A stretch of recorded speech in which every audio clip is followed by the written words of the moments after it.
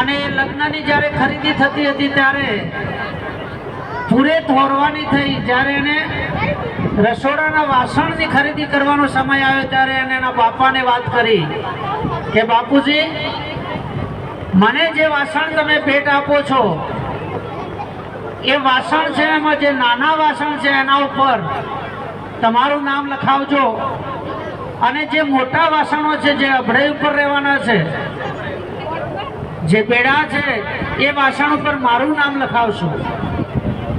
ત્યારે એના પરિવારે કહ્યું કે એનું કારણ શું? દીકરી કહે તો હું સમય આવશે ત્યારે કહીશ, પણ આ મારી જે શરત છે, શરત પ્રમાણે તમારે જો ખરીદી કરવાની હોય તો હું લગ્ન કરવા માટે સહમત છું. દીકરીના કહેવા પ્રમાણે એના પરિવારે વાસણની ખરીદી કરી અને નામ લખાવ્યું.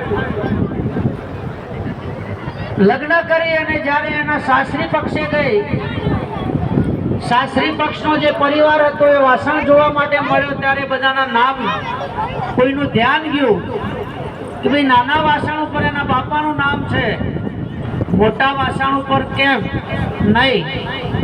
ત્યારે દીકરીને પૂછવામાં આવ્યું ત્યારે દીકરીએ કહ્યું કે જે મોટા વાસણો અભડી ઉપર રહે છે એ વાસણો પર શેપટ જામે છે, કચરો જામે છે, એના ઉપર કાળાશ આવે છે.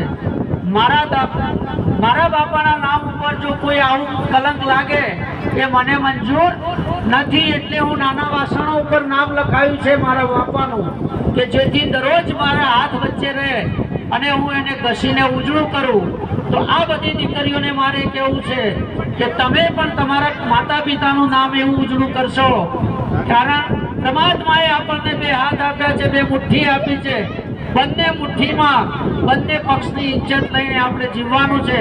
અને પરમાત્મા, આપણે પ્રજાપતિ સમાજમાં જન્મ્યા છીએ, પ્રજાપતિ સમાજમાં મળ્યા છીએ, તો પરમાત્માને આવવું પડે એમાં કોઈ બીજી વાત ના હોય.